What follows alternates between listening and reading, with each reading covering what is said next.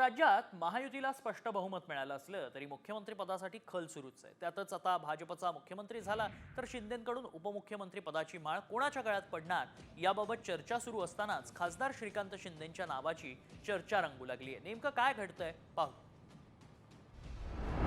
श्रीकांत शिंदे उपमुख्यमंत्री होणार? सीएम पदाच्या बदल्यात मुलगा डीसीएम? श्रीकांत शिंदे राज्यात परतणार?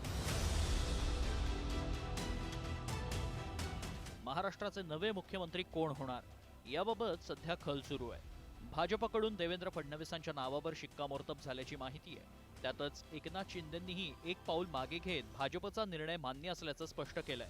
मात्र मुख्यमंत्री पदाच्या बदल्यात उपमुख्यमंत्री पद किंवा केंद्रात मंत्रिपदाची ऑफर शिंदेंना दिल्याची माहिती आहे।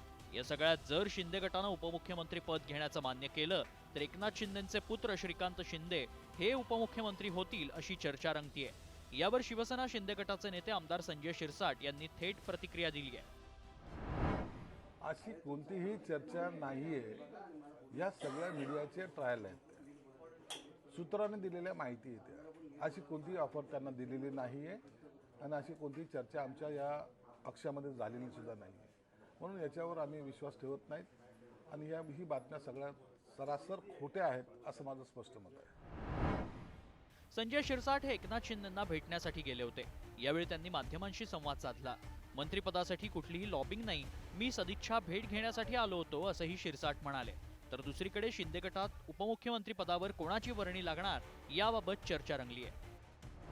भाजपच्या दोन्ही ऑफर्स एकनाथ शिंदेंना अमान्य आहेत। एकनाथ शिंदे उपमुख्यमंत्रीपद स्वीकारणार नाहीत। एकनाथ शिंदे केंद्रातही मंत्रिपद घेणार नाहीत। एकनाथ शिंदे पक्षप्रमुखांच्या भूमिकेत काम करण्याची शक्यता आहे। उपमुख्यमंत्री पदासाठी एकनाथ शिंदे दोन नावं देणार। उपमुख्यमंत्री पदासाठी शिंदे ओबीसी किंवा मराठा चेहरा देऊ शकतात। एकनाथ शिंदे उपमुख्यमंत्री पद स्वीकारणार नसल्याचं जवळपास स्पष्ट आहे। त्याऐवजी शिंदे गटातील दोन चेहऱ्यांपैकी एकाची वर्णी उपमुख्यमंत्रीपदी लागू शकते। यापैकी उदय सामंतांचा राजकीय टायमिंग कायमच अचूक राहिलाय, तर दादा भुसे शिंदेंचे विश्वासू आणि निकटवर्ती आहेत।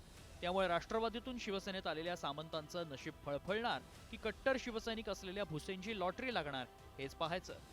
ब्युरो रिपोर्ट, साम टीव्ही।